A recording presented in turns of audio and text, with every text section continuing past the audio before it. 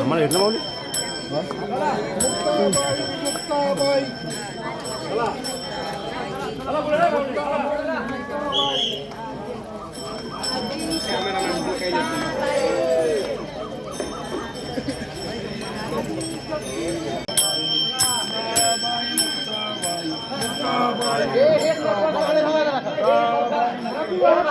बाजू रो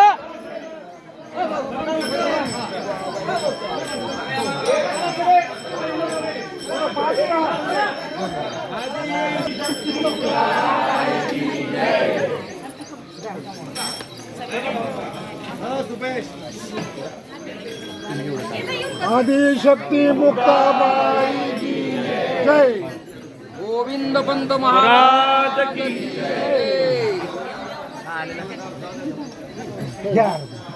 आरती घ्या भाऊ. इथले स्थानिक आरती घ्या महाराज.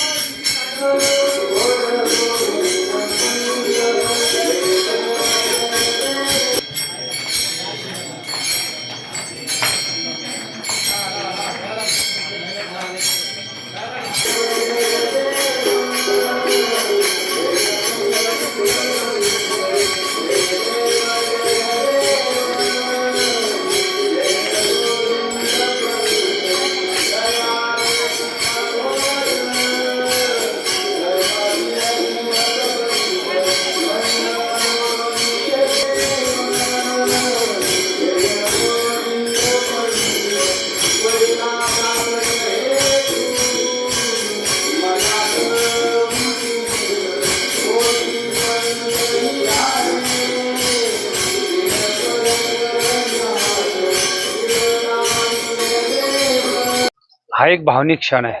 सगळ्यांनी डोळ्यात साठवावा. ज्या कालखंडामध्ये सगळी परिस्थिती प्रतिकूल असताना या सगळ्या मंडळींनी वारकरी संप्रदायाचा उद्धाराचा विचार शेवटच्या व्यक्तीपर्यंत पोहोचवण्याकरता जे काही प्रयत्न केले, पराकाष्ठा केली, खऱ्या अर्थाने संताचा जो अवतार आहे, जगाच्या उद्धारात तुमचा अवतार, जगदोद्धाराला की धरले अवतार किंवा जगाच्या कल्याणात संतांच्या विभूती, या खऱ्या अर्थाने संतोक्तीप्रमाणे या चार भावंडांचा अवतार आहे. आणि जो अवतार ज्या वंशामध्ये झाला, भक्त त्र्यंबक पंत मूळ पुरुष आधी, आणि अशा त्र्यंबक पंतांच्या वंशामध्ये पुढे गोविंद पंत आणि गोविंद पंत नंतर विठ्ठल पंत, आणि त्यांच्या पोटी धन्य धन्य जयाची खुशी ज्ञानदेव जन्मले. ज्ञानदेव महाराज म्हणजे ज्ञानेश्वर महाराज नाही, त्या चारही भावंडांचा जन्म ज्यांच्या कुशीतनं झाला, ज्यांच्या पोटी झाला, ज्या वंशामध्ये झाला, असे गोविंद पंत, त्यांची समाधी इथच्या चंपावतीच्या तीरावर या नगरामध्ये असल्यामुळे, बिंदुसऱ्याच्या तीरावर असल्यामुळं एक आदिशक्ती मुक्ताबाईंचा पालखी सोहळा जेव्हा या शहरामध्ये येतो, तेव्हा या गोविंद पंतांच्या समाधीचं दर्शन घेऊन आईसाहेबांच्या पादुका इथं आणून एक भावनिक क्षण, जे आजोबांच्या नातीचा भेटीचा प्रसंग आपण दरवर्षी साजरा करतो. आपण भाग्यवान आहोत की त्या सोहळ्याच्या आपण साक्षीदार आहोत.